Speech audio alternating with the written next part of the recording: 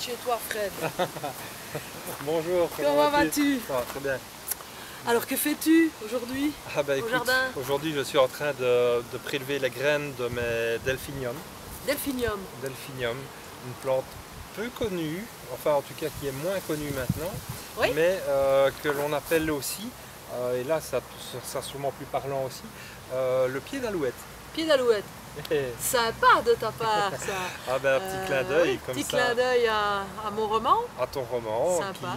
dont les 4 héroïnes principales sont des alouettes. Et ben voilà, ici c'est une couleur un peu inhabituelle, hein. Elle est rose, mais la plupart du temps on les voit dans toutes les gammes de bleu, voire de blanc. Voilà, j'avais envie de le semer pour pouvoir le reproduire. Parce que oui. Et pied d'alouette, pourquoi? Dis-moi. Eh bien, en fait, pied d'alouette, parce que l'arrière de la fleur possède un éperon. Ah, oui, un éperon très long dans lequel il y a le nectar. Ah, oui.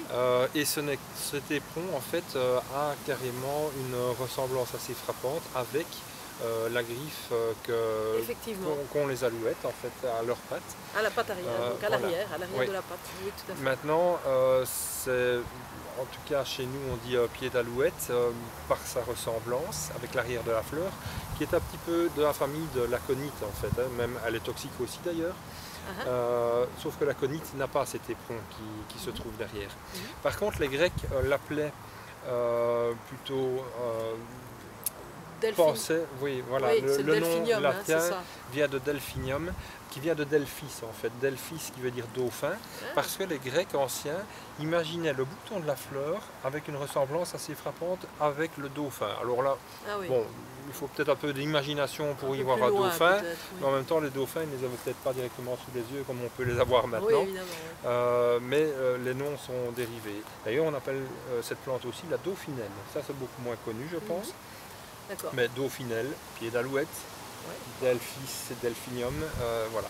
Beaucoup de cultures différentes de toute façon. Oui. Et alors donc tu es en train de prélever les graines. Voilà, donc ici j'ai mes semences, celles-ci ne sont pas encore matures, mais celles du bas le sont. Donc les graines se libèrent et quand on veut s'aimer les delphiniums, il y a plusieurs époques dans l'année, mais juillet-août c'est vraiment une très bonne période pour les semer parce qu'il fait bien chaud et c'est vraiment l'occasion de pouvoir le faire maintenant.